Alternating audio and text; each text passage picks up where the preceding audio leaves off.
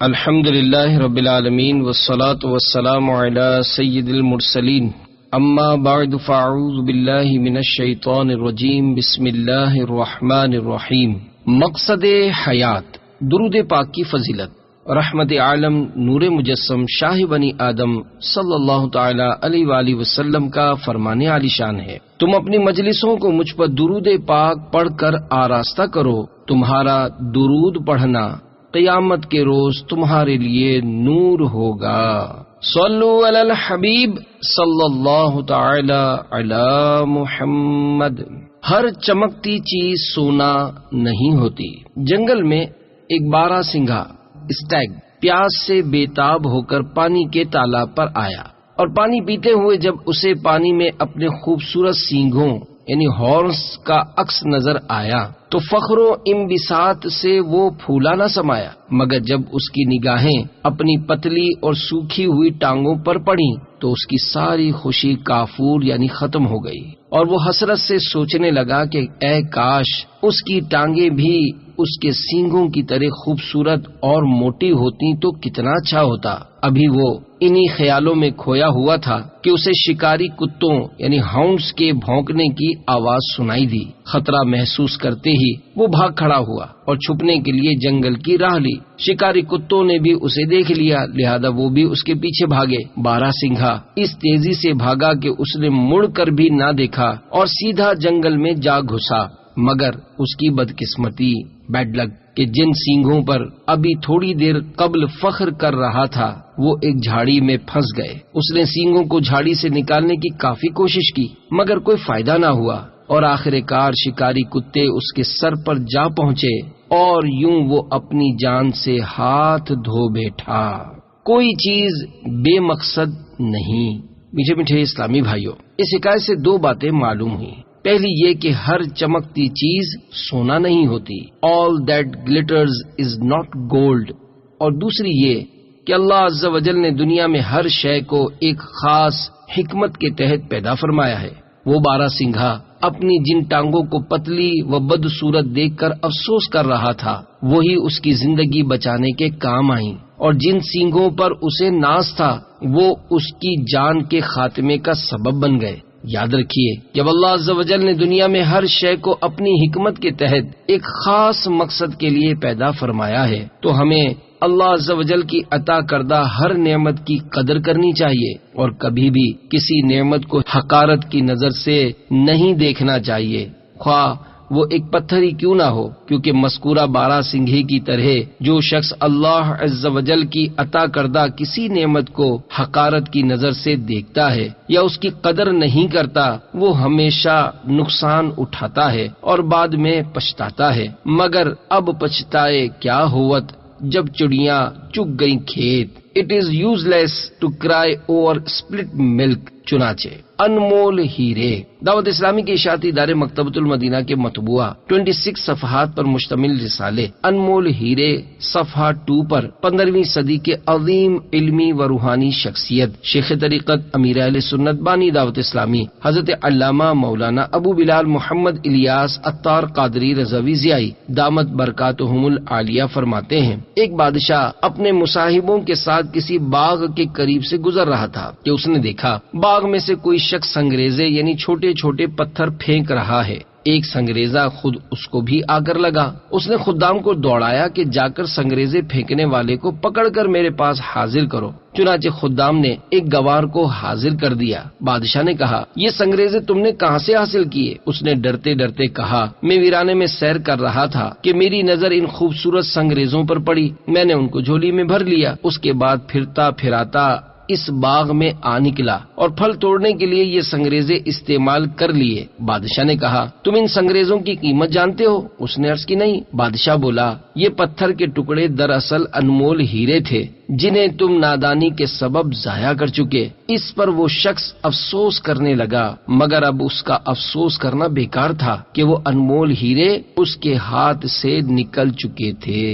زندگی کے لمحات انمول ہیرے ہیں۔ میٹھے میٹھے اسلامی بھائیوں، یہ حکایت ہمیں اپنی زندگی کے قیمتی لمحات کی قدردانی کا سبق دے رہی ہے کہ گزرتے وقت کا ہر لمحہ ایک قیمتی ہیرا ہے، اگر اسے یوں ہی بیکار ضائع کر دیا تو سوائے حسرت و ندامت کے کچھ ہاتھ نہ آئے گا، جس طرح اس دیہاتی شخص کا حال ان انمول ہیروں کو ضائع کر کے ہوا۔ یقیناً جو لوگ اپنی زندگی کے ان انمول ہیروں کی قدر کرتے ہیں انہیں کل بروز قیامت بارگاہ رب العزت میں پیش ہوتے ہوئے کوئی شرمساری نہ ہوگی۔ چنانچہ 40 برس تک پہلو زمین سے نہ لگایا۔ حضرت سیدنا ابو بکر بن عیاش رحمت اللہ تعالی علیہ کے متعلق مروی ہے کہ وہ اپنی حیات مستعار کے قیمتی لمحات فضولیات میں برباد کرنے کے بجائے گھر کے بالا خانے یعنی اوپر کی منزل کے کمرے میں 60 سال تک روزانہ دن اور رات میں ایک ایک قرآن کریم پڑھا کرتے۔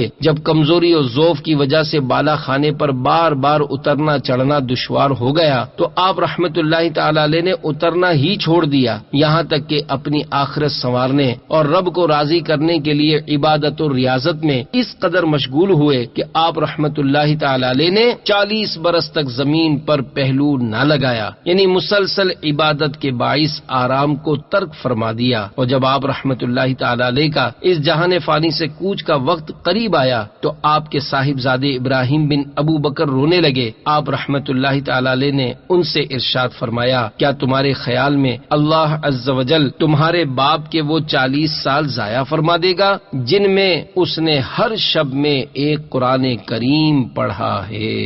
وقت کی قدر کیجیے۔ سبحان اللہ عز و جل۔ پیارے اسلامی بھائیوں، دیکھا آپ نے کہ جو لوگ دنیا میں اپنے وقت کی قدر کرتے ہیں وہ منزل حقیقی تک پہنچنے کے لیے وافر مقدار میں زاد راہ اکٹھا کر لیتے ہیں، تو اس جہان فانی سے کوچ کرتے وقت انہیں کوئی افسوس نہیں ہوتا، بلکہ وہ تو بخوشی خود آگے بڑھ کر موت کو بھی اس لیے گلے سے لگاتے ہیں کہ فانی لذتوں سے جان چھڑا کر ابدی نعمتوں کے سائے میں جلد از جلد جا پہنچیں۔ لہذا آپ کا تعلق زندگی کے کسی بھی شعبے سے ہو، یہ بات بخوبی جان لیجئے کہ جس مقصد یعنی ایم کے تحت آپ نے یہ شعبہ اختیار کیا ہے وہ اسی صورت میں حاصل ہوگا جب آپ اپنے اوقات کار کا درست استعمال کرتے ہوئے بھرپور محنت اور لگن کے ساتھ کوشاں رہیں گے، اس لیے کہ جو اپنے مقصد کو جس قدر زیادہ اہمیت دے گا وہ اس کے حصول کے لیے کوشش کرے گا، اس کی کامیابی کے امکانات اتنے ہی زیادہ روشن ہوں گے، اور جو اس کے برعکس اپنے اوقات کو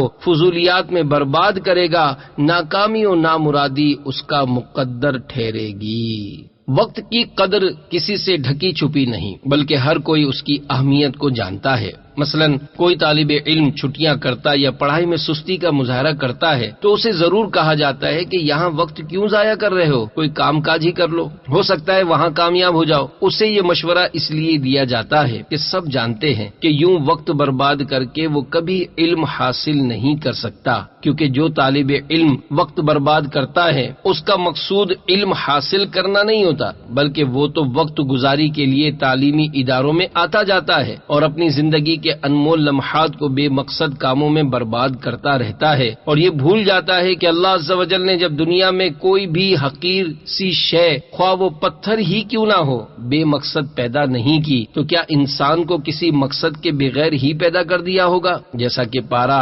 18 سورۃ المومنون آیت نمبر 115 میں ارشاد ہوتا ہے، أَفَحَسِبْتُمْ أَنَّمَا خَلَقْنَاكُمْ عَبَثًا وَأَنَّكُمْ إِلَيْنَا لَا تُرْجَعُونَ۔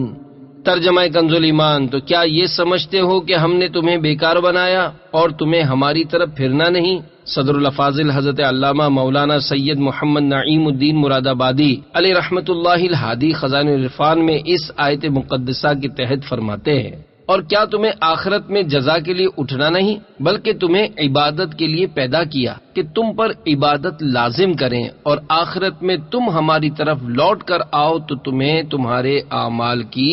جزا دیں۔ ہمارا مقصد حیات۔ میٹھے میٹھے اسلامی بھائیوں، معلوم ہوا کہ اللہ عز و جل نے ہمیں عبادت و اطاعت کے ذریعے اپنی رضا حاصل کرنے کے لیے زندگی کی انمول نعمت سے نوازا ہے۔ پس جس شخص کی زندگی میں بندگی نہ ہو بھلا وہ بھی بندہ ہے، کیونکہ بے بندگی رضا خداوندی کے حصول میں سوائے شرمندگی کے کچھ حاصل نہ ہوگا۔ چنانچہ موت و حیات کی پیدائش کا سبب پارہ 29 سورۃ الملک کی کی آیت نمبر 2 میں کچھ یوں بیان کیا گیا: الذی خلق الموت والحیاۃ لیبلوکم ایکم احسن عملا۔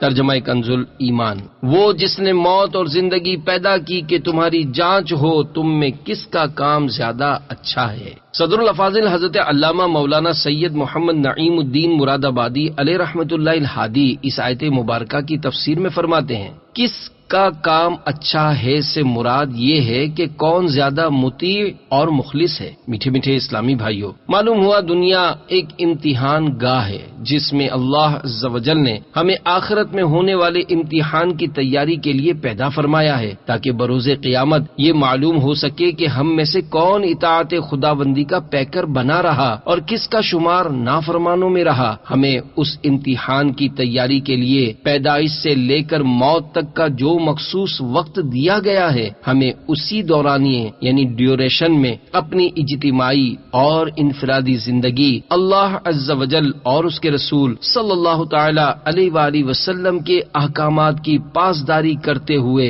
بسر کرنی ہے، اور یہی ہمارا مقصد حیات ہے، امتحان کی تیاری۔ پیارے اسلامی بھائیوں، کیا آپ نے کبھی یہ سوچا ہے کہ اخروی امتحان میں کامیاب ہونے کے لیے آپ نے اس مختصر سی دنیاوی زندگی میں کیا کوشش فرمائی ہے؟ آئیے ذرا دنیا میں کامیابی کے حصول کے لیے ہونے والے کسی بھی امتحان کا اخروی امتحان کے ساتھ باہمی تقابل یعنی کمپیریزن کرتے ہیں تاکہ یہ معلوم ہو سکے کہ ہم دنیاوی و اخروی امتحان میں سے کس کے لیے زیادہ کوشش کرتے ہیں۔ جس طرح دنیا میں ہر امتحان کے لیے ایک مخصوص نصاب یعنی کیریکولم ہے، اسی طرح اخروی امتحان کے لیے بھی ایک مخصوص نصاب متعین ہے جسے ہم شریعت کے نام سے جانتے ہیں۔ جس طرح دنیاوی نصاب مختلف مضامین کا مجموعہ ہوتا ہے، مثلا اردو، حساب، معاشرتی علوم، مطالعہ پاکستان وغیرہ، اسی طرح اخروی نصاب بھی مختلف چیزوں کا مجموعہ ہوتا ہے جیسے عبادات و معاملات وغیرہ۔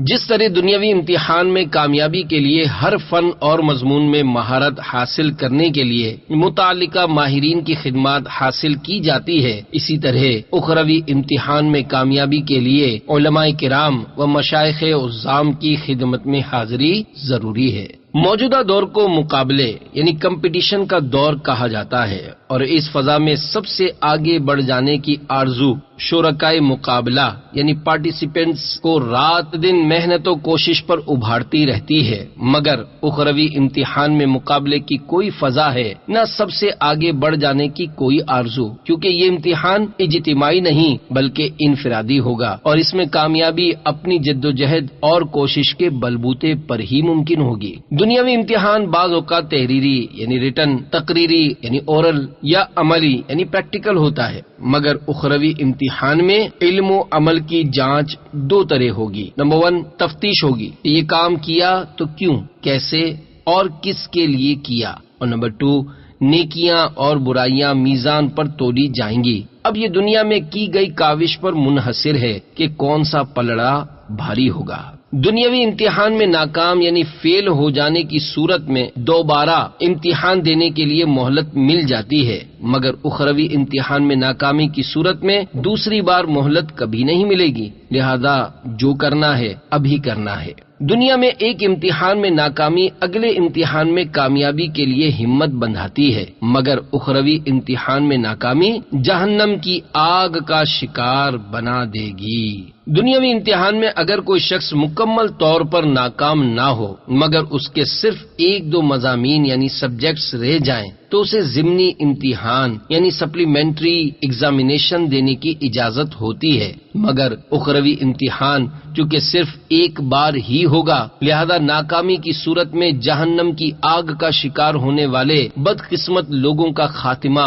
ایمان پر ہوا ہوگا تو وہ اللہ عز و جل کے فضل و کرم سے جنت کی سرمدی نعمتیں پانے میں کامیاب ضرور ہوں گے، مگر اپنی نافرمانیوں کا خمیازہ بھگتنے کے بعد اور اگر خاتمہ ہی ایمان پر نہ ہوا تو ہمیشہ کے لیے جہنم میں جھونک دیے جائیں گے۔ بندہ آرام و چین پانے کے لیے ایک دنیاوی امتحان میں کامیاب ہوتا ہے تو دوسرے امتحان کے لیے تیاری شروع کر دیتا ہے، اور یوں مزید امتحانات کا ایک ختم نہ ہونے والا سلسلہ جاری رہتا ہے، مگر اخروی امتحان صرف ایک بار ہوگا، پھر کوئی امتحان نہ ہوگا۔ دنیاوی امتحان میں کامیابی پر انعام کے حقدار صرف وہی لوگ قرار پاتے ہیں جنہوں نے امتیازی نمبر حاصل کیے ہوں، اور وہ بھی مخصوص تعداد میں ہوتے ہیں، مگر اخروی امتحان میں کامیاب ہونے والا ہر فرد اللہ عز و جل کی تیار کردہ ابدی نعمتوں کا حقدار قرار پائے گا۔ یہاں تعداد نہ دیکھی جائے گی، کیونکہ اللہ عز و جل کے خزانوں میں کوئی کمی نہیں۔ ہمارا طرز عمل۔ میٹھے میٹھے اسلامی بھائیوں، مذکورہ تقابل یعنی کمپیریزن کی روشنی میں آئیے ذرا یہ جائزہ لینے کی کوشش کرتے ہیں کہ ہم میں اکثر لوگ دنیاوی و اخروی امتحان میں سے کس میں کامیابی کو ترجیح دیتے ہیں۔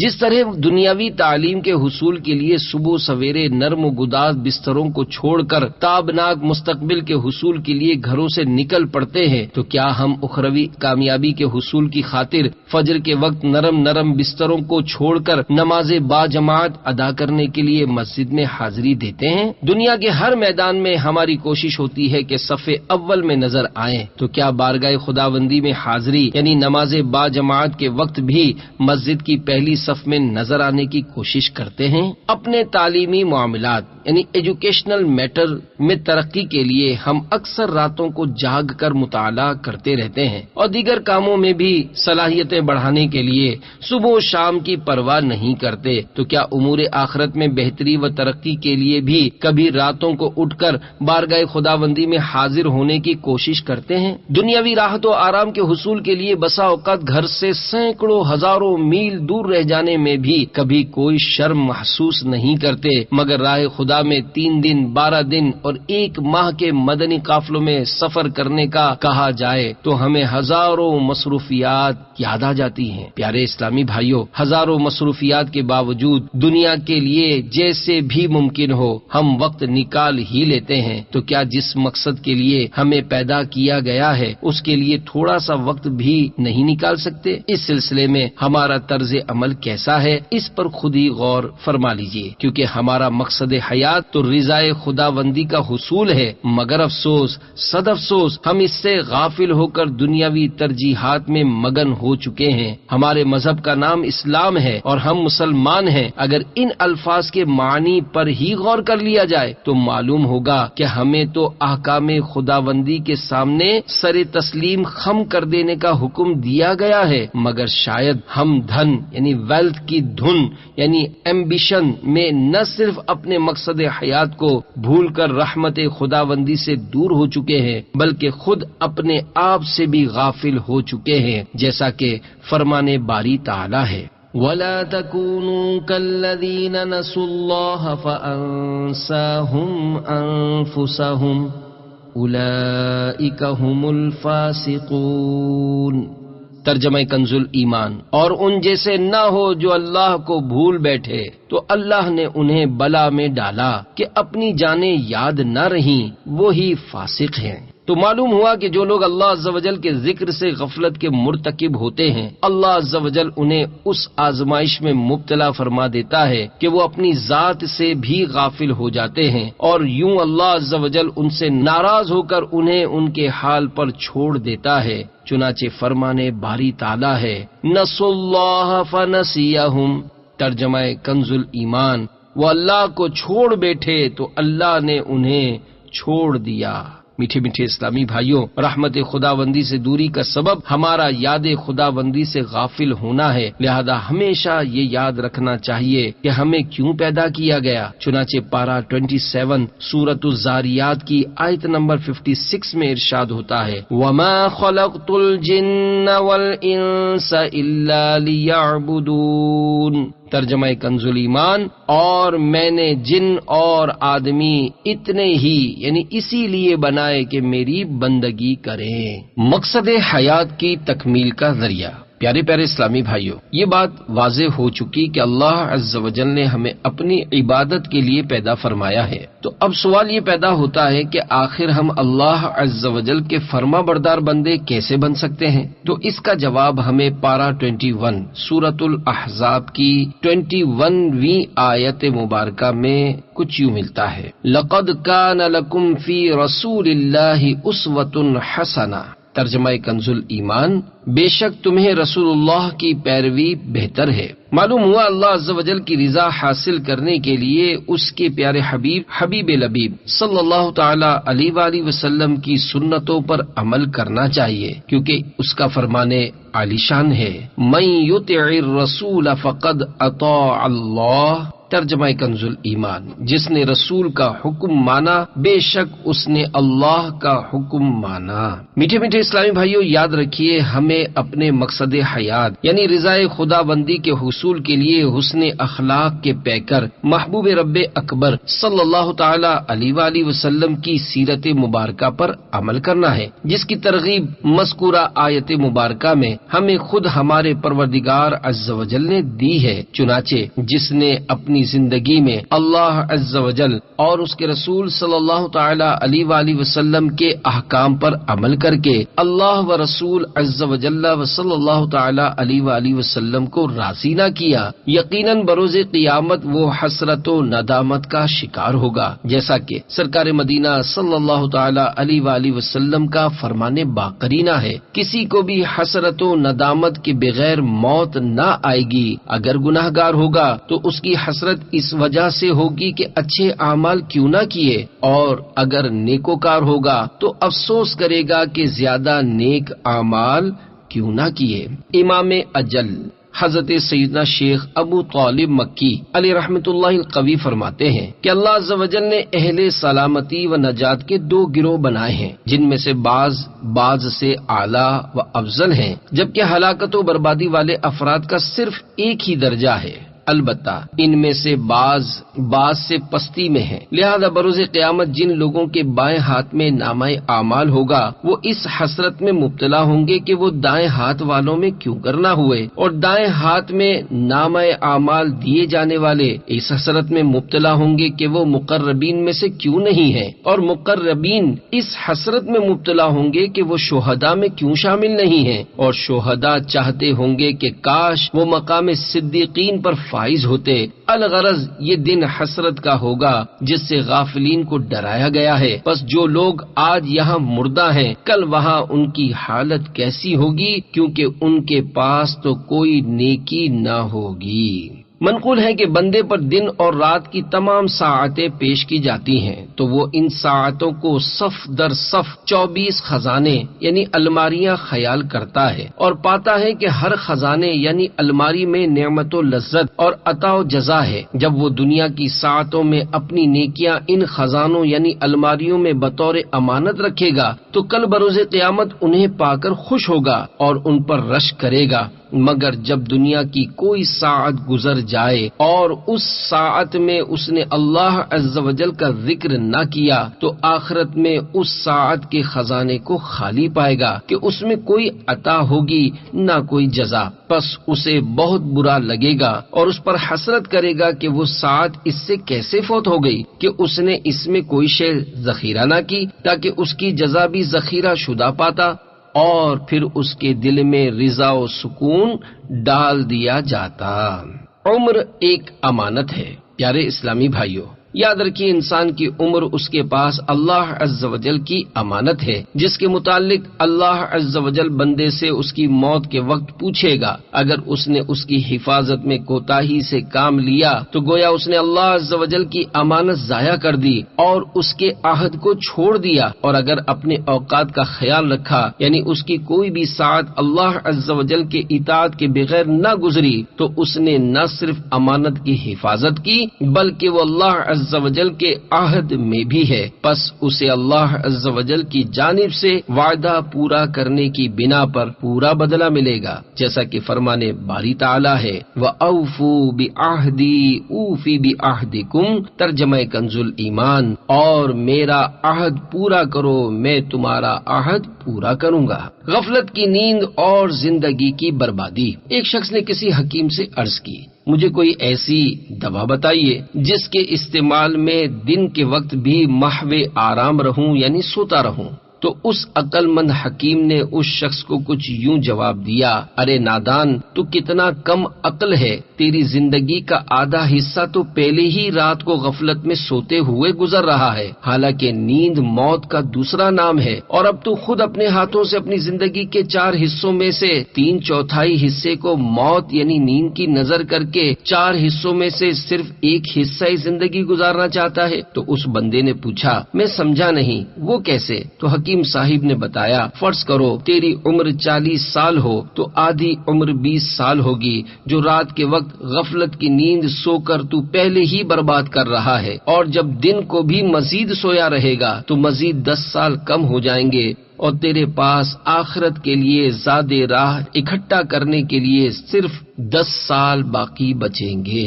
میٹھے میٹھے اسلامی بھائیوں، مذکورہ نادان شخص کی طرح ہم بھی اپنی زندگی کے قیمتی لمحات کو رضا رب الانام کے حصول میں گزارنے کے بجائے غفلت میں یا گناہوں میں گزار دیتے ہیں۔ اگر کبھی ضائع ہونے والی زندگی کے ان قیمتی لمحات کا حساب لگانا چاہیں تو شاید ہمارے لیے ممکن نہ ہو، البتہ کوشش ضرور کرتے رہنا چاہیے، اس لیے کہ وقت اللہ عز و جل کی ایک ایسی نعمت ہے جو ہر انسان کو یکساں ملتی ہے۔ یہ نہیں کہا جا سکتا کہ غریب کے لیے دن رات میں 24 گھنٹے ہیں تو امیر کے لیے 27، بلکہ اللہ عز و جل نے ہم میں سے ہر ایک کو دن رات کی صورت میں ڈبل 12 یعنی 24 گھنٹوں میں 1440 منٹ یا 86,400 سیکنڈ عطا فرمائے ہیں۔ اب یہ ہم پر ہے کہ کون ان اوقات کی قدر کرتا ہے اور کون برباد، کیونکہ آخر اس زندگی کے سفر کا اختتام ہونے ہی والا ہے۔ چنانچہ حضرت سیدنا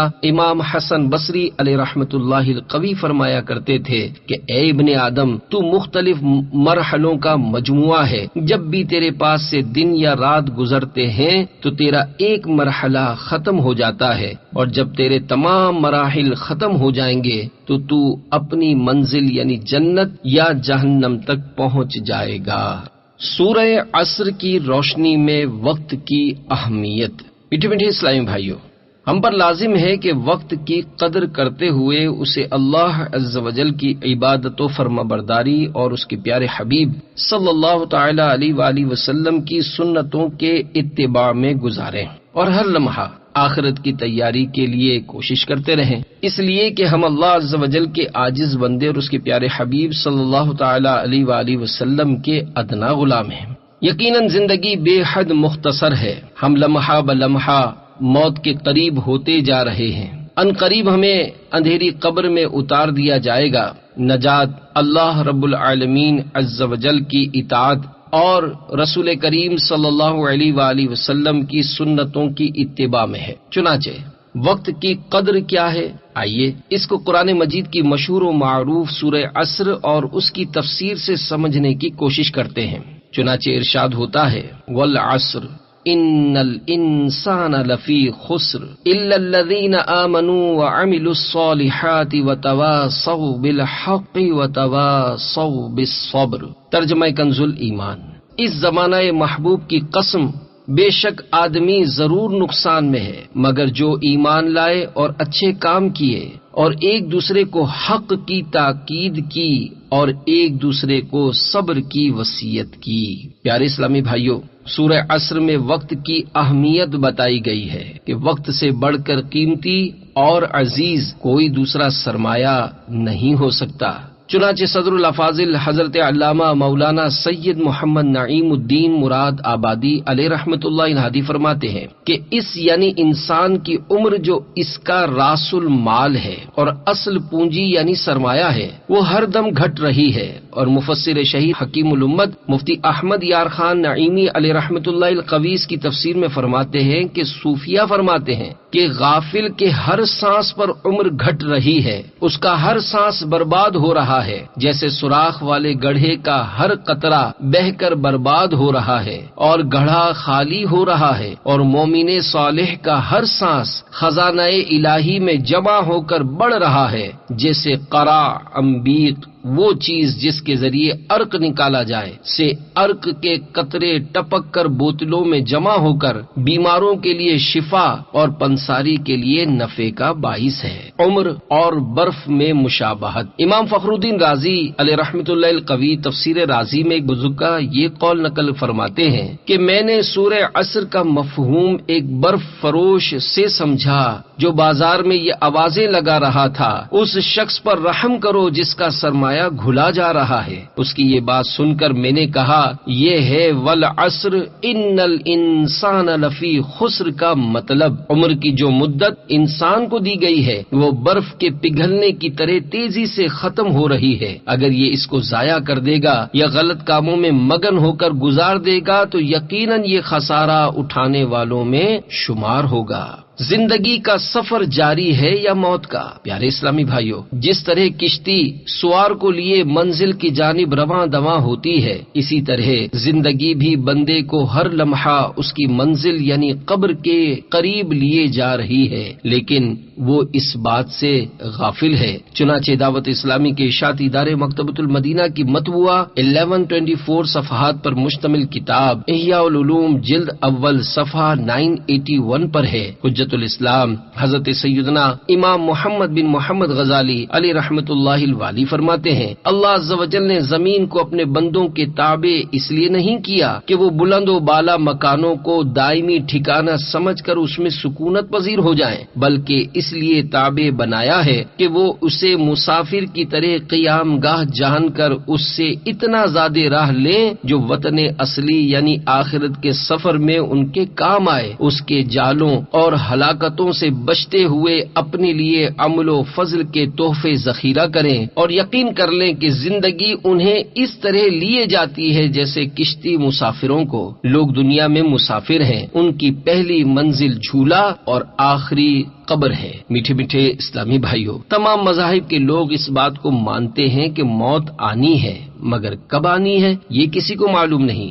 بہرحال موت کا وقت مقرر ہے اور ہم سب آہستہ آہستہ اس کی طرف بڑھے جا رہے ہیں۔ ہر گزرنے والا لمحہ گویا ہمیں موت کے قریب کر رہا ہے۔ زندگی کا یہ سفر کب اور کس موڑ پر پورا ہوتا ہے یہ کوئی نہیں جانتا، لیکن یہ سب کو معلوم ہے کہ اس کا اختتام موت پر ہوگا۔ ہم زندگی کے آغاز کا حساب تو یاد رکھتے ہیں مگر اختتام کی کوئی فکر نہیں کرتے کہ کیا معلوم زندگی کا یہ سورج کب موت کی اندھیری وادیوں میں ڈوب جائے۔ ہم تو یہ کہتے ہیں کہ فلاں اتنے سال کا ہو گیا ہے، لیکن کبھی یہ نہیں سوچتے کہ اس کی عمر بڑھ نہیں رہی بلکہ کم ہوتی جا رہی ہے۔ مثلا ایک شخص کی عمر اللہ عز و جل کے ہاں 70 سال مقرر ہوئی، یعنی 70 ایئرز کی عمر میں اسے موت آئے گی، تو جب وہ 40 ایئرز کا ہوتا ہے، 40 سال کا ہوتا ہے، تو ہم یہ کہتے ہیں کہ یہ 40 سال کا ہو گیا، مگر کبھی یہ نہیں سوچتے کہ اس کی عمر کے خاتمے میں صرف 30 ایئرز یعنی 30 سال باقی رہ گئے ہیں۔ اس لیے کہ ہم ہر شے کو عقل کے ترازو میں تولنے کے اس قدر عادی ہو چکے ہیں کہ جو شے ہماری آنکھوں کے سامنے ہوتی ہے صرف اسی کو تسلیم کرتے ہیں، اور جو چیز آنکھوں سے اوجھل ہوتی ہے اس پر یقین مشکل ہی سے آتا ہے، کیونکہ ہماری سوچوں کے محور تبدیل ہو چکے ہیں۔ ہم دنیا اور اس کی فانی زندگی کی لذتوں پر تو یقین رکھتے ہیں کیونکہ وہ ہماری آنکھوں کے سامنے ہیں، مگر آخرت اور اس کی نعمتوں سے اس لیے منہ موڑے ہوئے ہیں کہ وہ ہماری آنکھوں سے اوجھل ہیں۔ موت سے غفلت نے نہ صرف ہمارے ایمان بالغیب کو کمزور کر دیا ہے بلکہ ہمیں اپنے مقصد حیات سے بھی دور کر دیا ہے۔ تو پھر کیا وجہ ہے کہ ہمارا شمار شمار خسارہ پانے والوں میں نہ کیا جائے، جیسا کہ فرمان باری تعالی ہے ان الانسان لفی خسر، ترجمہ کنز الایمان، بے شک آدمی ضرور نقصان میں ہے۔ کیا تمام انسان نقصان میں ہیں؟ پیارے اسلامی بھائیوں، کیا سارے آدمی نقصان میں ہیں؟ اس سوال کا جواب سورہ عصر کی 3 آیت مبارکہ میں کچھ یوں دیا گیا ہے، الا الذین آمنوا وعملوا الصالحات وتواصوا بالحق وتواصوا بالصبر، ترجمہ کنز الایمان، مگر جو ایمان لائے اور اچھے کام کیے اور ایک دوسرے کو حق کی تاکید کی اور ایک دوسرے کو صبر کی وصیت کی۔ الحمدللہ عز وجل، ہم مسلمان ہیں، ہمارا اللہ عز وجل اور اس کے تمام رسولوں پر، اس کی کتابوں، فرشتوں اور قیامت کے دن پر ایمان ہے، مگر یاد رکھیے صرف ایمان لانا ہی کافی نہیں، بلکہ ایمان کی حفاظت کی فکر بھی انتہائی ضروری ہے کہ بسا اوقات گناہوں کی نحوست کے سبب ایمان سلب کر لیا جاتا ہے، اور اگر خدا نہ خواستہ ایمان ہی سلب ہو گیا تو سب کیا کرایا اکارت جائے گا۔ لہذا ایمان کے ساتھ ساتھ فرائض و واجبات کی ادائیگی اور گناہوں معصیت سے اجتناب بھی ضروری ہے۔ یہی وجہ ہے کہ سورہ عصر کی 3 آیت مبارکہ اور اس کی تفسیر سے معلوم ہوا کہ جو لوگ ایمان لائے اور انہوں نے اچھے کام کیے اور ایک دوسرے کو حق یعنی ایمان و عمل صالح کی تاکید کی اور ایک دوسرے کو ان تکلیفوں اور مشقتوں پر صبر کی وصیت کی جو راہ خدا میں نیکی کی دعوت دیتے ہوئے پیش آئیں، تو ایسے لوگ اللہ عز و جل کے فضل و کرم سے کس طرح محروم ہو سکتے ہیں، بلکہ یہ تو نفع پانے والے ہیں، نقصان اٹھانے والے نہیں، کیونکہ ان کی زندگی کے انمول لمحات راہ خدا میں گزرے۔ میٹھے میٹھے اسلامی بھائیوں، سورہ عصر ہمیں پکار کر کہہ رہی ہے کہ ہم اپنی زندگی اور وقت کی اہمیت کو سمجھیں اور زندگی یوں گزاریں کہ ہمارے پاس ایمان ہو، عمل صالح ہو، نیکی کی دعوت ہو، اور نیکی کی دعوت کی راہ میں آنے والی مشقتوں اور تکلیفوں پر صبر بھی ہو، تو یقیناً ہمارا شمار بھی ان لوگوں میں ہوگا جو اللہ عز و جل کے فضل سے محروم نہیں ہوں گے۔ فرد سے معاشرہ بنتا ہے، ہم معاشرے کے بگاڑ کی باتیں تو ضرور کرتے ہیں، مگر کبھی اپنی یا اپنے معاشرے کی اصلاح کے لیے کوشش نہیں کرتے۔ لہذا ہم میں سے ہر ایک کو یہ ذہن بنا لینا چاہیے کہ مجھے اپنی اور ساری دنیا کے لوگوں کی اصلاح کی کوشش کرنی ہے انشاءاللہ عز و جل۔ اگر ہم میں سے ہر ایک اپنے مدنی مقصد کے حصول کے لیے اپنے وقت کی اہمیت اور اپنے مقصد حیات کو سمجھ کر اللہ عز و جل کی اطاعت و عبادت اور اس کے رسول صلی اللہ علیہ وآلہ وسلم کی فرمانبرداری کرنے لگے تو یہ سارا معاشرہ خود ہی ٹھیک ہو جائے گا۔ اس کو اس مثال سے سمجھیے کہ ایک شخص مطالعہ میں مصروف تھا، پاس ہی اس کا بچہ کھیل رہا تھا جو بار بار اسے تنگ کرتا اور یوں اس کے مطالعے میں خلل پیدا ہوتا۔ اس نے کافی مرتبہ اسے سمجھایا، مگر آخر بچہ تھا، تھوڑی دیر تک ضبط سے کام لیتا اور پھر کھیلنے لگتا۔ باپ بچے کے اس طرح بار بار تنگ کرنے سے یہاں تک زچ یعنی پریشان ہوا کہ اس کے سر میں درد شروع ہو گیا۔ آخر اس کے دماغ میں ایک ترکیب آئی اور اس نے قریب ہی موجود کسی صوبے یا کسی ملک کے نقشے کو پھاڑ کر پرزے کر دیا اور اپنے بیٹے کو دیتے ہوئے کہا، بیٹا دوسرے کمرے میں جا کر یہ نقشہ درست کر لاؤ۔ بچہ چلا گیا تو اس نے اطمینان کا سانس لیا کہ چلو جی جتنی دیر تک نقشہ بناتا رہے گا میں مطالعہ کر لوں گا، کیونکہ یہ ایک مشکل کام تھا اور اس میں بچے کو کافی وقت لگ سکتا تھا۔ بچہ چلا گیا اور باپ نے اطمینان سے مطالعہ شروع کر دیا۔ ابھی تھوڑا سا وقت گزرا تھا کہ بچے نے آ کر کہا، ابو نقشہ صحیح ہو گیا۔ باپ کو حیرت ہوئی کہ اتنے گھنٹوں کا کام منٹوں میں کیسے کر کے آ گیا۔ دیکھا تو واقعی نقشہ صحیح تھا۔ باپ نے پوچھا، بیٹا یہ نقشہ اتنی جلدی کیسے صحیح کر دیا؟ تو بیٹے نے بتایا، ابا جان جب آپ نے نقشہ پھاڑا تھا تو میں نے دیکھا اس کے پیچھے ایک آدمی کی تصویر بھی تھی، لہذا میں نے نقشہ صحیح کرنے کے بجائے آدمی کی تصویر صحیح کر دی، نقشہ خود ہی صحیح ہو گیا۔ میٹھے میٹھے اسلامی بھائیوں، ہم معاشرے کے نقشے کو صحیح کرنے کی اکثر کوشش کرتے ہیں جس میں ہمیں خاطر خواہ کامیابی کبھی نہیں ہوئی۔ ہاں اگر مذکورہ مدنی منع کی طرح معاشرے کے نقشے کو صحیح کرنے کے بجائے صرف ایک فرد کی اصلاح کی کوشش کی جائے اور وہ صحیح ہو جائے تو معاشرہ خود ہی درست ہو جائے گا، کیونکہ فرد سے معاشرہ بنتا ہے نہ کہ معاشرے سے فرد۔ جب فرد صحیح ہوگا تو معاشرہ بھی خود بخود صحیح ہو جائے گا، اور اگر فرد ہی صحیح نہ ہو تو معاشرہ کیسے صحیح ہوگا؟ ہائے افسوس،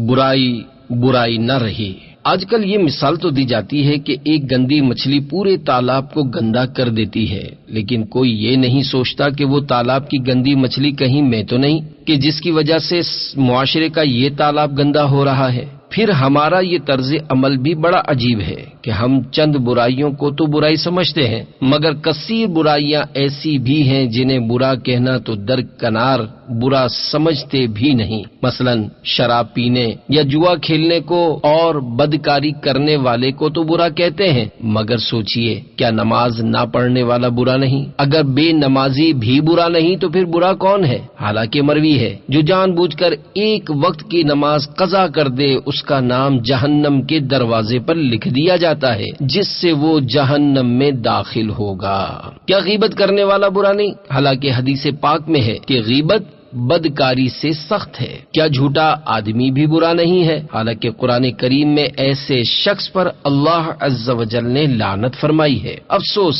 ان برائیوں کو کوئی برا کہنے کو تیار نہیں، جبکہ یہ بھی حرام اور جہنم میں لے جانے والے کام ہیں، مگر ہم نے تو اپنے ذہنوں میں صرف ان چند حرام کاموں کے متعلق یہ فیصلہ کر رکھا ہے کہ یہ غلط ہیں اور انہی کی مذمت کرتے ہیں، اور ان برائیوں کو تو برا کہتے ہیں جو دوسروں میں پائی جاتی ہیں، لیکن خود جن برائیوں میں ملوث ہوتے ہیں انہیں برا کہنا تو دور کی بات ہے، برا سمجھتے تک نہیں۔ یہی وجہ ہے کہ معاشرے کی اصلاح کی گفتگو تو ہر کوئی کرتا نظر آتا ہے، موجودہ حالات پر ساری دنیا میں تبصرے ہوتے ہیں، مذاکرے، ڈیبیٹس، ٹاک شوز اور کانفرنسز منعقد کی جاتی ہیں، دانشوروں یعنی اسکالرز کو بلا کر ان کی تقریریں کروائی جاتی ہیں، مگر یہ سب کے سب نقشے کو درست کرنے کے لیے گھنٹوں تقریریں اور بحث و مباحثے میں لگے رہتے ہیں، اور نتیجہ کیا ہوتا ہے؟ وہی ڈھاک کے تین پات، یعنی حالت میں کوئی تبدیلی نہیں آتی۔ اتنے گھنٹے نقشہ درست کرنے کی کوشش کرنے سے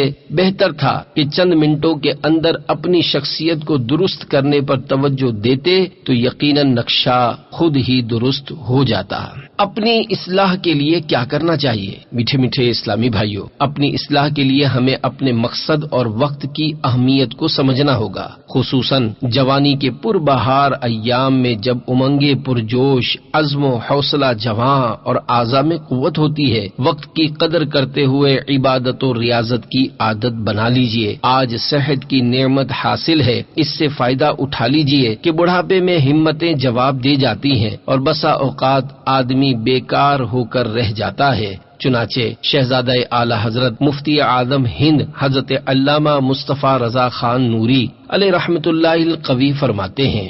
ریاضت کے یہی دن ہیں، بڑھاپے میں کہاں ہمت، جو کچھ کرنا ہے اب کر لو، ابھی نوری جواں تم ہو۔ زندگی یقیناً بے حد مختصر ہے، جو وقت مل گیا سو مل گیا، آئندہ وقت ملنے کی امید دھوکہ ہے، کیا معلوم آئندہ لمحے ہم موت سے ہم آگوش ہو چکے ہوں۔ چنانچہ دو عالم کے مالک و مختار باذن پروردگار مکی مدنی سرکار صلی اللہ تعالی علیہ وآلہ وسلم ارشاد فرماتے ہیں، 5 چیزوں کو 5 چیزوں سے پہلے غنیمت جانو۔ نمبر 1 جوانی کو بڑھاپے سے پہلے، نمبر 2 صحت کو بیماری سے پہلے، نمبر 3 مالداری کو تنگ دستی سے پہلے، نمبر 4 فرصت کو مشغولیت سے پہلے، اور نمبر 5 زندگی کو موت سے پہلے۔ غافل تجھے گھڑیال یہ دیتا ہے منادی، قدرت نے گھڑی عمر کی ایک اور گھٹا دی۔ بڑھاپے میں عبادت کی مثال۔ ایک شخص نے اپنے خادم سے کہا کہ آج دن کے اجالے میں یہ کام ہر صورت میں مکمل ہو جانا چاہیے، خواہ دیگر کام کرو یا نہ کرو، نیز جس قدر اچھا کام کرو گے انعام کے حقدار ہوگے، اور اگر کام درست انداز میں یا بالکل نہ کیا تو انعام سے محرومی کے ساتھ ساتھ سزا کے بھی مستحق ٹھہرو گے۔ خادم نے مالک کے حکم پر سر تسلیم خم کرتے ہوئے کام کے مکمل ہو جانے کی یقین دہانی کروائی، مگر غفلت کی بنا پر یا دیگر کاموں میں مصروفیت کی وجہ سے اس ضروری کام کو بھول گیا۔ عصر کے بعد جب سورج غروب ہونے والا تھا تو اچانک اسے یاد آیا کہ مالک نے تو سورج ڈھلنے سے پہلے فلاں کام مکمل کرنے کا حکم دیا تھا۔ یاد آتے ہی اس کے ہاتھ پاؤں پھول گئے کہ جو کام پورے دن کا تھا اب دن کے اس تھوڑے سے حصے میں کیسے مکمل ہو سکتا ہے۔ بہرحال وہ ہر طرف سے غافل ہو کر اس کام میں مصروف ہو گیا اور جی جان سے کوشش کرنے لگا کہ کسی طرح یہ کام مکمل کر لے، اور شدت سے یہ خواہش کرنے لگا کہ اے کاش تھوڑی دیر سورج مزید ٹھہر جائے اور اسے کام مکمل کرنے کا موقع مل جائے، یا اس کا مالک اسے مزید ایک دن کا موقع دے دے تو یقیناً وہ اس کام کو مکمل کر لے گا اور دیگر کاموں کی طرف بالکل آنکھ اٹھا کر بھی نہ دیکھے گا۔ اس کے ساتھ ساتھ وہ اپنی غفلت پر افسوس کرتا جاتا کہ ہائے افسوس وہ کیسے یہ بھول گیا، حالانکہ اس کے مالک نے کام کی درست طریقے سے بجا آوری پر انعامات کا وعدہ کیا تھا۔ اب ایک تو ان انعامات سے محروم ہونا پڑے گا، دوسرے مالک کی ناراضی کی صورت میں سزا بھی مل سکتی ہے۔ پیارے اسلامی بھائیوں، بڑھاپے یعنی عمر کے آخری حصے میں خواب غفلت سے بیدار ہونے والے شخص کی مثال بھی مذکورہ خادم جیسی ہے۔ ہمارے پروردگار عز و جل نے ہمیں زندگی اور موت کے درمیان کا وقت عطا فرمایا تاکہ ہم عبادت کے ذریعے رضا خداوندی حاصل کر کے اخروی انعامات کے حقدار قرار پائیں، مگر ہم میں سے اکثر لوگ جوانی دیوانی ہوتی ہے کا نعرہ لگا کر ایام زندگی غفلت میں گزار دیتے ہیں،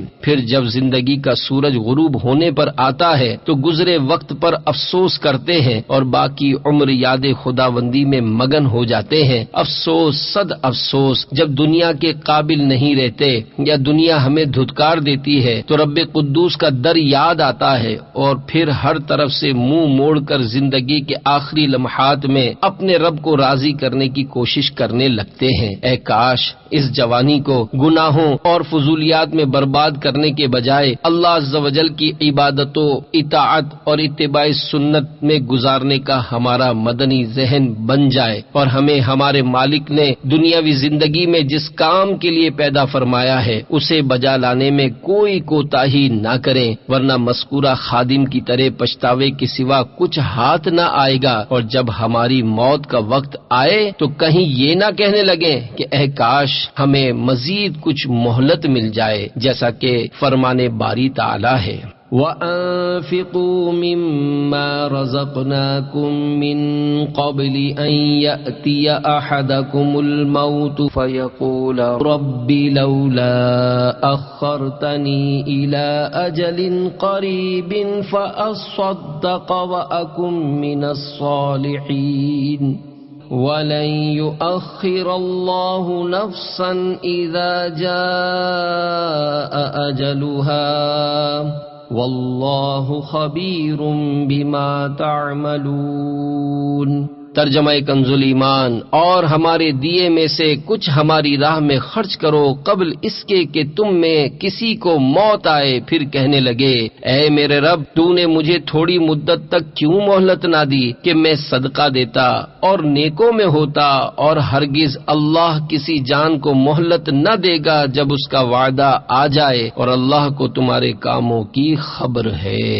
جوانی میں عبادت کی فضیلت۔ قیامت کے روز جب ہر شے سورج کی تپش و گرمی سے بلبلا رہی ہوگی تو اللہ عز و جل اپنے جن بندوں سے خوش ہو کر انہیں اپنے سایہ عرش میں جگہ عطا فرمائے گا، ان میں وہ خوش قسمت لوگ بھی ہوں گے جنہوں نے اپنی جوانی برباد نہ کی ہوگی۔ چنانچہ مروی ہے کہ قیامت کے دن جن خوش نصیبوں کو اللہ عز و جل اپنے عرش کے سائے میں جگہ عطا فرمائے گا، ان میں وہ شخص بھی ہوگا جس نے اپنی جوانی اللہ عز و جل کی عبادت میں گزاری ہوگی۔ اللہ عز و جل اسے اپنے عرش کے نیچے جگہ دے گا۔ میٹھے میٹھے اسلامی بھائیوں، قیامت کے دن جب زمین تانبے کی ہوگی اور سورج آگ برسا رہا ہوگا، ایسے میں وہ شخص کس قدر خوش نصیب ہوگا جسے اللہ عز و جل اپنے عرش کے سائے میں جگہ عطا فرمائے گا۔ آج اگر کسی کو جلتی دھوپ میں درخت کا سایہ مل جائے تو وہ کس قدر سکون و اطمینان محسوس کرتا ہے اور اسے کتنی خوشی ہوتی ہے، یہ ہر ذی شعور بخوبی سمجھ سکتا ہے۔ لہذا ہمیں اس محشر کی تپتی دھوپ والے دن اللہ عز و جل کے عرش کا سایہ حاصل کرنے کے لیے وقت کی قدر و منزلت کو سمجھتے ہوئے اسے اللہ عز و جل اور اس کے رسول صلی اللہ علیہ وآلہ وسلم کی اطاعت و فرما برداری میں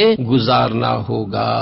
کل کی تباہی۔ میٹھے میٹھے اسلامی بھائیوں، شیطان ہرگز نہیں چاہتا کہ ہم اچھے اعمال کر کے جنت میں چلے جائیں۔ وہ ہر طرح سے ہمیں راہ حق سے روکنے کی کوشش کرتا ہے۔ جب کسی کے سامنے نیکی کی دعوت پیش کی جائے تو اولاً شیطان سننے ہی نہیں دیتا، اگر سن ہی لی تو عمل نہیں کرنے دیتا، اور بالفرض اگر عمل کا ذہن بن بھی گیا تو کہتا ہے جلدی کیا ہے، کل سے شروع کر لینا۔ یوں بندہ اس کے وسوسے میں مبتلا ہو کر نیک اعمال کل پر ڈالتا رہتا ہے، اور پھر اسی طرح کل کل کرتے زندگی کی شام ہو جاتی ہے مگر کل نہیں آتی۔ حضور نبی رحمت شفیع امت صلی اللہ تعالی علیہ وآلہ وسلم کا فرمان نصیحت نشان ہے، شیطان بسا اوقات تم سے علم میں سبقت لے جاتا ہے۔ صحابہ کرام نے عرض کی، یا رسول اللہ صلی اللہ علیہ وآلہ وسلم وہ علم میں ہم سے کیسے بڑھ سکتا ہے؟ تو آپ صلی اللہ علیہ وآلہ وسلم نے ارشاد فرمایا، وہ کہتا ہے علم حاصل کرو مگر اس پر اس وقت تک عمل مت کرو جب تک کہ عالم نہ بن جاؤ۔ علم کے حصول میں یہی کہتا رہتا ہے اور عمل کے سلسلے میں ٹال مٹول سے کام لیتا رہتا ہے، یہاں تک کہ بندہ اس حال میں مر جاتا ہے کہ اس نے کوئی بھی نیک عمل نہیں کیا ہوتا۔ نیک کام میں دیر کس بات کی؟ پیارے اسلامی بھائیوں، آج کا کام کل پر مت ڈالیے، معلوم نہیں زندگی کا سورج کس وقت غروب ہو جائے، کیونکہ جب بھی کسی سے نیک کام کرنے کا کہا جاتا ہے تو عام طور پر یہی جواب ملتا ہے کل سے کروں گا۔ مشہور مقولہ ہے tomorrow never come, do your work today, یعنی کل کبھی نہیں آئے گا، آج ہی اپنا کام کر لو۔ یہ بات سبھی جانتے ہیں مگر افسوس پھر بھی یہ کل ہمارے اور نیک اعمال کے درمیان حائل ہے۔ ہمیں اپنی زندگی سے اس کل کے سلسلے کو ختم کر کے جو کام کرنا ہے آج اور ابھی کرنا ہے کو اپنا مقصد بنانا ہوگا۔ آج کا کام کل پر مت چھوڑیے، کل کوئی دوسرا کام ہوگا اور اس کل میں آج کا کام بھی نہ ہو پائے گا، لہذا کل کے بجائے آج اور آج کے بجائے ابھی کا ذہن بنائیے۔ نیکی کے کاموں میں تاخیر کبھی نہیں کرنی چاہیے کیونکہ دل کے خیالات بدلتے رہتے ہیں۔ نیکی کے کام کرنے کا جس وقت ارادہ ہو اسی وقت کر لینا چاہیے کہ نہ جانے اگلے پل قلب کی کیفیت کیا ہو، یہ کر پائیں گے یا نہیں، زندگی وفا کرے گی یا نہیں، جیسا کہ اعلیٰ حضرت امام اہل سنت علیہ رحمت رب العزت فتاوی رضویہ شریف میں فرماتے ہیں کہ سیدنا امام ابن الامام کریم ابن الکرام حضرت امام محمد باقر علیہ رحمت اللہ الغافر نے ایک قبائے نفیس بنوائی، طہارت خانے میں تشریف لے گئے، وہاں خیال آیا کہ اسے راہ خدا میں دیجیے، فوراً خادم کو آواز دی، قریب دیوار حاضر ہوا، حضور نے قبائے معلہ اتار کر دی کہ فلاں محتاج کو دے آ۔ جب باہر رونق افروز ہوئے، خادم نے عرض کی اس درجہ تعجیل کی وجہ کیا تھی؟ فرمایا کیا معلوم تھا باہر آتے آتے نیت میں فرق آ جاتا۔ مومن کے دو خوف۔ تاجدار رسالت شہنشاہ نبوت صلی اللہ تعالی علیہ وآلہ وسلم نے اپنے ایک خطبے میں ارشاد فرمایا کہ مومن دو خوفوں کے درمیان ہوتا ہے، ایک اس مدت پر جو گزر گئی اور وہ نہیں جانتا کہ اللہ عز و جل اس کے بارے میں کیا معاملہ فرمائے گا، دوسری وہ مدت جو باقی ہے اور وہ نہیں جانتا کہ اس کے بارے میں اللہ عز و جل کیا فیصلہ فرمائے گا۔ پس انسان کو نمبر 1 اپنی ذات سے اپنی ذات کے لیے، نمبر 2 اپنی دنیا سے اپنی آخرت کے لیے، نمبر 3 اپنی زندگی سے موت کے لیے، اور نمبر 4 اپنی جوانی سے بڑھاپے کے لیے زاد راہ تیار کرنا چاہیے، کیونکہ دنیا کو تمہارے لیے اور تمہیں آخرت کے لیے پیدا کیا گیا ہے۔ اس ذات کی قسم جس کے قبضہ قدرت میں میری جان ہے، موت کے بعد معافی مانگنے کی کوئی جگہ نہیں اور دنیا کے بعد جنت یا دوزخ کے علاوہ کوئی گھر نہیں، لہذا سمجھدار کو چاہیے کہ آخرت کی خاطر دنیا کو، بڑھاپے سے پہلے جوانی کو اور موت سے پہلے زندگی کو کام میں لائے۔ سانس کی مالا۔ حضرت سیدنا حسن بصری علیہ رحمۃ اللہ القوی فرماتے ہیں جلدی کرو جلدی کرو، تمہاری زندگی کیا ہے؟ یہی سانس تو ہیں کہ اگر رک جائیں تو تمہارے ان اعمال کا سلسلہ بھی منقطع ہو جائے جن سے تم اللہ عز و جل کا قرب حاصل کرتے ہو۔ اللہ عز و جل اس شخص پر رحم فرمائے جس نے اپنا جائزہ لیا اور اپنے گناہوں پر چند آنسو بہائے۔ یہ کہنے کے بعد آپ رحمت اللہ تعالی علیہ نے پارہ 16 سورہ مریم کی آیت نمبر 84 تلاوت فرمائی۔ انما نعد لهم عدا، ترجمہ کنز الایمان، ہم تو ان کی گنتی پوری کرتے ہیں۔ حجت الاسلام حضرت سیدنا امام محمد بن محمد غزالی علیہ رحمت اللہ الوالی فرماتے ہیں یہاں گنتی سے سانسوں کی گنتی مراد ہے۔ دن کا اعلان حضرت سیدنا امام بہیقی علیہ رحمت اللہ القوی شعب الایمان میں نقل کرتے ہیں کہ تاجدار مدینہ صلی اللہ تعالی علیہ وآلہ وسلم کا فرمان عبرت نشان ہے، روزانہ صبح جب سورج طلوع ہوتا ہے تو اس وقت دن یہ اعلان کرتا ہے اگر آج کوئی اچھا کام کرنا ہے تو کر لو کہ آج کے بعد میں کبھی پلٹ کر نہیں آؤں گا۔ ایک نفیس جوہر، میٹھے میٹھے اسلامی بھائیوں، ہر سانس ایک نفیس جوہر ہے جس کا بدل کوئی چیز نہیں۔ چنانچہ زندگی کی ان قیمتی و نایاب سانسوں کے متعلق منہاج القاصدین میں علامہ ابن جوزی علیہ رحمۃ اللہ القوی فرماتے ہیں بندے کو چاہیے کہ نماز فجر کے بعد کچھ دیر اپنے دل کو ہر قسم کی سوچ سے خالی کر کے اپنے نفس سے کچھ یوں مخاطب ہو، اے نفس میرا کل سرمایہ صرف یہی زندگی ہے، اگر یہ ختم ہو گیا تو نہ یہ کاروبار حیات چل پائے گا اور نہ منافع کے حصول یعنی ثواب آخرت کے حصول کی کوئی امید باقی نہ رہے گی۔ یہ ایک نیا دن ہے جس میں اللہ عز و جل نے مجھے اپنی رضا کے حصول کے لیے مزید مہلت عطا فرمائی ہے اور میری موت کو مؤخر فرما کر مجھ پر احسان فرمایا ہے۔ اگر وہ مجھے دنیا سے اٹھا لیتا تو میں تمنا کرتا اے کاش مجھے دوبارہ دنیا میں بھیجا جائے تاکہ میں کوئی نیک عمل کر لوں۔ لہذا اے نفس یہی سمجھ کہ تو فوت ہو چکا تھا اور اب تجھے واپس بھیجا گیا ہے، اس دن کو ضائع کرنے سے بچنا اور یہ بھی جان لے کہ دن رات میں 24 گھنٹے ہیں اور بندے کے لیے ہر 24 الماریاں قطار در قطار رکھی جاتی ہیں، یعنی ہر گھنٹے کے مقابل ایک الماری۔ قیامت کے دن جب ان میں سے ایک الماری کو کھولا جائے گا اور بندہ اس گھنٹے میں اپنی کی گئی نیکیوں کے سبب دیکھے گا کہ یہ الماری نیکیوں کے نور سے بھری ہوئی ہے تو اس کو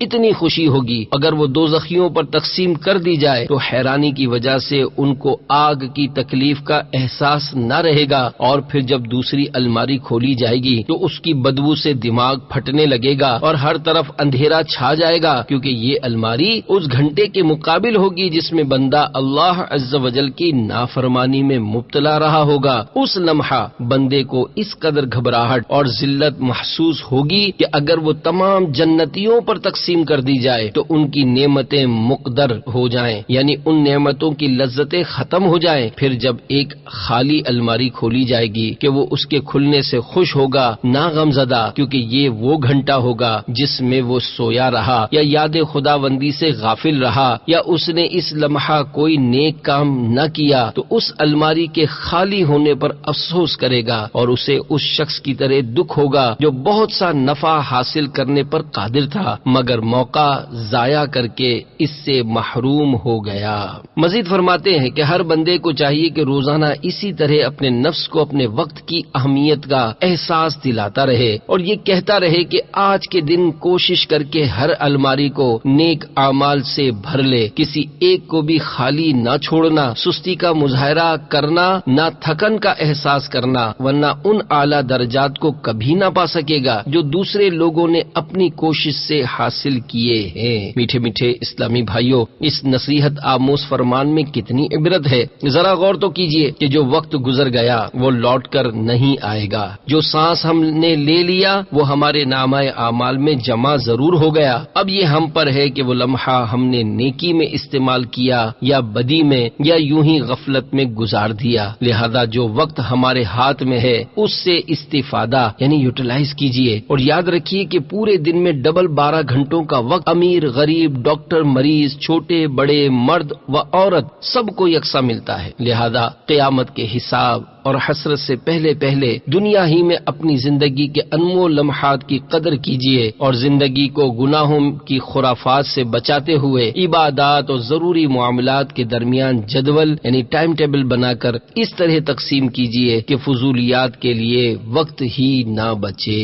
آج عمل کا دن ہے۔ حضرت سیدنا جابر رضی اللہ تعالی عنہ سے مروی ہے کہ اللہ عز و جل کے محبوب دانہ غیوب صلی اللہ تعالی علیہ وآلہ وسلم فرماتے ہیں، آج تم دارالعمل یعنی عمل کرنے کی جگہ میں ہو جہاں حساب نہیں، اور کل تم دارالحساب میں ہوگے جہاں عمل نہیں۔ اپنے نفس کا محاسبہ کرو۔ امیر المومنین حضرت سیدنا عمر فاروق اعظم رضی اللہ تعالیٰ عنہ ارشاد فرماتے ہیں کہ قیامت کا حساب ہونے سے پہلے اپنے نفس کا محاسبہ کر لو، اور اعمال کا وزن ہونے سے پہلے ان کو تول لو اور بڑی پیشی کے لیے تیاری کر لو۔ وقت کا ضیاع اور اس کی تلافی کی چند صورتیں۔ میٹھے میٹھے اسلامی بھائیوں، اگر آپ اپنے ضائع ہو جانے والے اوقات پر نادم ہیں اور چاہتے ہیں کہ کسی طرح ان اوقات کی تلافی ہو جائے اور بروز قیامت بارگاہ خداوندی میں شرمسار نہ ہونا پڑے، تو اپنے موجودہ وقت کی قدر کیجیے، کیونکہ وقت کی تلافی یعنی یہ ریپریشن آف ٹائم کے متعلق عموماً لوگ سمجھتے ہیں موجودہ حالت و کیفیت یعنی سرکمٹینسز میں جو کام کرنا ان کے ذمے لازم ہے وہ اسے بجا لانے کے قابل نہیں، اور یوں یہ تمنا کرنے لگتے ہیں کہ اے کاش وہ اس سے بہتر حالت و کیفیت میں ہوتے تو ضرور یہ کام کر گزرتے۔ بس اسی تمنا و خواہش میں اس وقت جو کام کرنا ان پر لازم ہوتا ہے وہ نہیں کر پاتے، اور بعض اوقات جب ایک وقت میں کوئی کام نہیں کر پاتے تو اس کی تلافی کے لیے کسی مناسب وقت کا انتظار کرنے لگتے ہیں، اور اس طرح اس مناسب وقت کے انتظار میں مزید عمر کے کئی قیمتی لمحات ضائع کر بیٹھتے ہیں۔ چنانچہ جان لیجئے کہ وقت کی تلافی یہ نہیں کہ بہتر کیفیت و حالات کی تمنا کی جائے یا مناسب وقت کا انتظار کیا جائے، بلکہ وقت کی تلافی سے مراد یہ ہے کہ بندے کے دل میں ہر لمحہ یہ ڈر اور خوف رہے کہ نیک کام کرنے سے پہلے کہیں وقت ہی ختم نہ ہو جائے۔ لہذا ضائع ہو جانے والے اوقات کی تلافی کرنا چاہتے ہیں تو دن رات کا ہر لمحہ یاد خداوندی میں بسر کیجیے، اور ہر صورت میں دل کی پراگندگی سے جان چھڑانے کی کوشش کرتے ہوئے فوراً درج ذیل کام کرنا شروع کر دیجیے۔ سب سے پہلے فرائض و واجبات یعنی نماز، روزہ وغیرہ کی ادائیگی کی پابندی کیجیے، اور سابقہ فوت شدہ فرائض و واجبات کی تلافی قضا و استغفار کر کے کیجیے۔ تمام حرام کاموں سے بچنے کی نیت اور اس نیت پر عمل کے ساتھ ساتھ سابقہ گناہوں کی تلافی کے لیے کثرت سے توبہ و استغفار بھی کیجیے۔ بے حیائی و بے پردگی کے خلاف اعلان جنگ کرتے ہوئے آنکھوں کا قفل مدینہ لگا لیجیے۔ غیبت و چغلی اور جھوٹ جیسی بری باتیں سننے سے کانوں کی حفاظت کیجیے، اور خود کو ان جیسی گھٹیا باتیں کرنے سے بچانے کے لیے زبان کے قفل مدینہ کا عادی بنا لیجیے۔ ہاتھ پاؤں کو اپنے قابو میں رکھیے اور کبھی بھی انہیں کسی بھی برے فعل کی جانب نہ بڑھنے دیجیے۔ حرام لقمے سے بچیے، نیز مختلف بیماریوں اور آفتوں سے بچنے کے لیے حلال کھانے کی زیادتی سے بھی پرہیز کیجیے، اور اس سلسلے میں بھوک بڑھانے اور خوراک میں کمی کرنے کے لیے پیٹ کے قفل مدینہ پر عمل کیجیے۔ نیکی کا حکم دیجیے اور برائی سے منع کیجیے۔ ہر کام میں اچھی اچھی نیتوں کی عادت اپنائیے اور خود کو بری نیت سے بچائیے۔ جانے و انجانے میں ہونے والے گناہوں کی بخشش کے لیے روزانہ بارگاہ خداوندی میں حاضر ہو کر توبہ کیجیے۔ دل کو بدگمانی سے آزاد کر کے حسن ظن کا معمول بنانے کی کوشش کیجیے۔ ہر نیک معاملے میں ثابت قدمی و استقامت اختیار کیجیے، اور نیکی و تقوی کے ہر کام میں بڑھ چڑھ کر حصہ لیجیے۔ امام اجل حضرت سیدنا شیخ ابو طالب مکی علیہ رحمۃ اللہ القوی مذکورہ نیک اعمال میں سے اکثر ذکر کرنے کے بعد ارشاد فرماتے ہیں، بندے کو چاہیے کہ مذکورہ تمام امور پر فوراً عمل کرنے لگے، ٹال مٹول سے کام لے، نہ کسی کا انتظار کرے اور نہ ہی کسی دوسرے وقت کی توقع رکھے، نہ اس کام کو ایک وقت سے دوسرے وقت تک مؤخر کرے، اور نہ ہی ایک جگہ چھوڑ کر دوسری جگہ اس پر عمل پیرا ہونے کا انتظار کرے، اس لیے کہ اسی طرح فوت شدہ اوقات کا تدارک تدارک اور ان کی تلافی ہو سکتی ہے۔ اسے جو وقت میسر ہے اس کے فوت ہو جانے کے ڈر کی وجہ سے اسے ہی غنیمت جانے، ورنہ ٹال مٹول اور امیدیں ہی رہ جائیں گی، یا پھر انتظار و تراخی رہ جائیں گے جو شیطان کے لشکر ہیں اور جن سے وہ راہ خدا میں سفر کرنے والوں کی راہیں بند کر دیتا ہے۔ جو وقت بیت گیا سو بیت گیا۔ پیارے اسلامی بھائیوں، جو وقت بیت گیا سو بیت گیا، اب وہ قیامت تک نہ پایا جائے گا۔ جب بندے کو یہ یقین ہو جائے کہ گزرا وقت ہاتھ نہیں آتا تو وہ یہ بھی جان لیتا ہے کہ اس کی ساری عمر گویا کے ایک دن ہے، اور پورا دن گویا کے ایک ساعت ہے، اور یہ کل ساعتیں گویا کے موجودہ وقت ہے۔ پس بندے کو چاہیے کہ وہ اپنے موجودہ وقت یعنی حال سے سفر آخرت پر روانہ ہونے کے لیے ایسا زاد راہ ساتھ لے جو اسے اختتام سفر پر اللہ عز و جل کی رضا کے قریب کر دے۔ لہذا ہر لمحہ وہ ایسے کاموں کی جستجو میں رہے جن کے افضل ہونے کے متعلق اس کا علم اس کی رہنمائی کرے، اور اس کے پروردگار عز و جل کے نزدیک بھی وہ کام اچھے ہوں۔ نیز ان کاموں کا شمار ان نیک اعمال سے ہو کہ اگر اچانک بندے کو موت آ جائے اور اس کا خاتمہ اسی حالت پر ہو تو اس عمل کی ادائیگی کرتے ہوئے بارگاہ خداوندی میں حاضر ہوتے ہوئے اسے شرمندگی محسوس نہ ہو۔ خود احتسابی۔ میٹھے میٹھے اسلامی بھائیوں، ہمیں چاہیے کہ ہم اپنا روز مرہ کا ایک جدول بنا کر اس کے مطابق اپنا محاسبہ کیا کریں تاکہ خود احتسابی کے عادی ہو سکے۔ مگر یاد رکھیے، خود احتسابی کے لیے یکسوئی اور ضمیر کی عدالت کا ہونا لازم ہے، یعنی ہمارے ضمیر کی عدالت یہ فیصلہ کرے کہ ہم کہاں کھڑے ہیں۔ کچھ لمحے کے لیے سر جھکا کر اپنی گزشتہ زندگی کا احتساب یعنی اکاؤنٹیبلٹی کریں کہ کہاں سے چلے تھے اور آج کہاں ہیں، نفع پروفٹ میں یا نقصان لاس میں جا رہے ہیں۔ اگر نفع میں ہو تو اللہ عز و جل کا شکر ادا کیجیے۔ نفع سے مراد یہ ہے کہ زندگی نیکی اور اچھائی کے کاموں میں گزری ہو، یعنی نماز روزے کی پابندی کی ہو، ریاکاری، جھوٹ، غیبت، چگلی، حسد، تکبر، وعدہ خلافی، والدین کی نافرمانی و دل آزاری سے بچنے کے ساتھ ساتھ دیگر احکامات خداوندی بجا لاتے ہوئے زندگی بسر کی ہو تو نفع میں ہیں۔ لیکن اگر اس کے برعکس زندگی کے لمحات گناہوں اور فضولیات میں گزرے ہوں تو سمجھ جائیے کہ ہم اس کاروبار حیات میں نقصان اٹھا رہے ہیں۔ لہذا فوراً سنبھل جائیے اور توبہ کر کے اللہ عز و جل کو راضی کرنے والے کاموں میں لگ جائیے۔ پیارے اسلامی بھائیوں، دل میں جب بھی کوئی خیال پیدا ہو تو اس پر عمل کرنے کے بجائے ذرا توقف فرما کر یعنی ذرا رک کر سوچیے کہ یہ خیال رضائے خداوندی کے حصول کا سبب بن سکتا ہے یا نہیں۔ اگر یہ قرب خداوندی کا باعث بن سکتا ہو تو اس سے پہلے کہ یہ فوت ہو جائے اس پر فوراً عمل کر گزریے، ورنہ اسے دل کی تختی سے فوراً مٹا ڈالیے کہ کہیں وہ پختہ نہ ہو جائے۔ بلکہ کوشش کیجیے کہ جب بھی آپ کے دل میں کوئی ایسا خیال آئے جو یاد خداوندی سے دور کرنے والا ہو تو یہ خیال غیر فوراً خیال یار سے بدل دیجیے تاکہ وہ آپ کو نہ بدل سکے۔ امام اجل حضرت سیدنا شیخ ابو طالب مکی علیہ رحمت اللہ القوی فرماتے ہیں کہ یہ جو مختلف روایات میں مروی ہے کہ بعض نیک کام عمر میں زیادتی و برکت کا سبب بنتے ہیں، تو جان لیجیے کہ عمر میں برکت سے مراد یہ ہے کہ آپ اپنی چھوٹی سی عمر میں رضا رب الانام کے حصول کی خاطر نیک کام کر کے وہ مقام و مرتبہ پانے میں کامیاب ہو جائیں جو دوسرے لوگ طویل عمر میں اپنی غفلت کے سبب نہ پا سکے۔ اس طرح 12 ماہ کے قلیل عرصے میں آپ علم و عمل کے اس بلند مقام پر فائز ہو سکتے ہیں جس مقام پر کوئی دوسرا شخص دین سے دوری کی بنا پر 20 سالوں میں بھی نہ پہنچ پائے۔ خود احتسابی اور دعوت اسلامی۔ پیارے اسلامی بھائیوں، الحمدللہ عاشقان رسول کی مدنی تحریک دعوت اسلامی نے نفس و شیطان کے دھوکہ و فریب سے باخبر رہنے اور خود احتسابی یعنی سیلف اکاؤنٹیبلٹی کا ایک بڑا ہی آسان طریقہ یعنی میتھڈ متعارف کروایا، جسے مدنی انعامات پر عمل کرتے ہوئے فکر مدینہ کا نام دیا گیا ہے۔ یہ مدنی انعامات کیا ہیں؟ تو اس سوال کا جواب زیادہ مشکل نہیں، کیونکہ مدنی انعامات پر عمل سے مراد نفس کا محاسبہ کرنا اور روزانہ یہ دیکھنا ہے کہ آج کیا کیا، نیکی کے کام کر کے قرب خداوندی حاصل کرنے میں کامیاب ہوئے یا نہیں۔ اور اگر کبھی کوئی شخص محاسبہ کرتے ہوئے اپنے نامہ اعمال میں نیکیوں کی کمی اور گناہوں کی زیادتی پائے تو اسے چاہیے کہ اللہ عز و جل سے ڈرے اور گناہوں سے توبہ کرتے ہوئے نیکیوں میں کثرت کی کوشش کرے کہ گناہ کے بعد نیکی کرنا گناہ کو مٹا دیتا ہے۔ چنانچہ فرمانے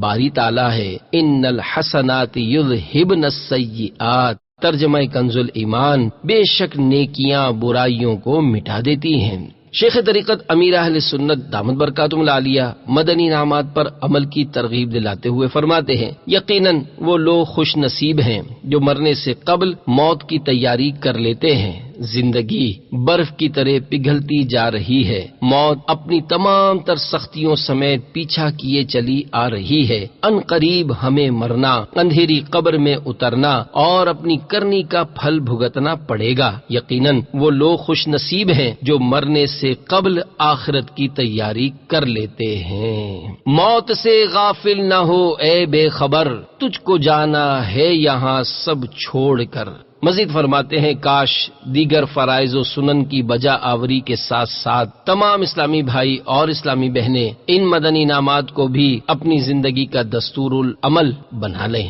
کچھ نیکیاں کما لے، جلد آخرت بنا لے، کوئی نہیں بھروسہ اے بھائی زندگی کا۔ میٹھے میٹھے اسلامی بھائیوں، ہو سکتا ہے آپ میں سے کسی کو یہ مدنی انعامات مشکل معلوم ہوں، مگر ہمت نہ ہاریں۔ حدیث پاک میں ہے، افضل العبادت احمزها، یعنی افضل ترین عبادت وہ ہے جس میں زحمت زیادہ ہو۔ اور حضرت سیدنا ابراہیم بن ادہم علیہ رحمت اللہ اکرم فرماتے ہیں، دنیا میں جو عمل جتنا دشوار ہوگا بروز قیامت میزان عمل میں وہ اتنا ہی وزندار ہوگا۔ لہذا جب آپ کوئی عمل شروع کر دیں گے تو وہ آپ کے لیے انشاءاللہ عز و جل آسان ہو جائے گا۔ غالباً آپ کو تجربہ ہوگا کہ سخت سردی کے وقت وضو کے لیے بیٹھتے ہیں تو سردی سے دانت بجتے ہیں، پھر ہمت کر کے جب وضو شروع کر دیتے ہیں تو ابتداً ٹھنڈک زیادہ محسوس ہوتی ہے اور پھر بتدریج کم ہو جاتی ہے۔ ہر مشکل کام کا یہی اصول ہے۔ مثلاً کسی کو کوئی مہلک بیماری لگ جائے تو وہ بے چین ہو جاتا ہے، پھر رفتہ رفتہ جب عادی ہو جاتا ہے تو قوت برداشت بھی پیدا ہو جاتی ہے۔ لہذا فوراً سے پیشتر آپ مدنی انعامات کا رسالہ مکتبۃ المدینہ کی کسی بھی شاخ سے ہدیتاً حاصل فرما لیجئے۔ اور مدنی انعام نمبر 15، کیا آج آپ نے یکسوئی کے ساتھ کم از کم 12 منٹ فکر مدینہ یعنی اپنے اعمال کا محاسبہ کرتے ہوئے جن جن مدنی انعامات پر عمل ہوا رسالے میں ان کو پر کیا کے مطابق عمل شروع کر دیجئے۔ انشاءاللہ عز و جل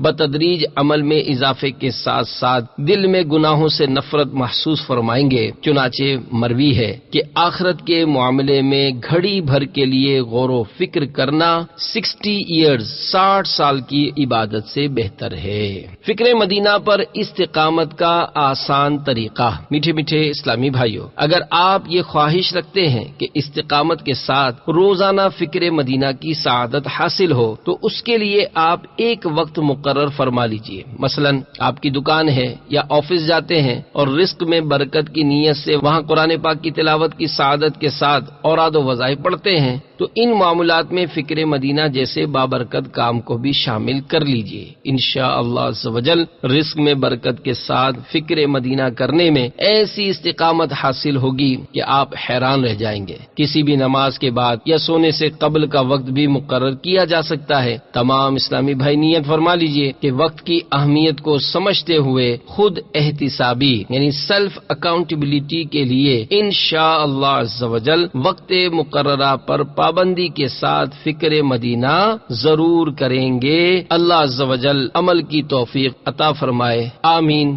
بجاہ النبی الامین صلی اللہ تعالی علیہ وآلہ وسلم۔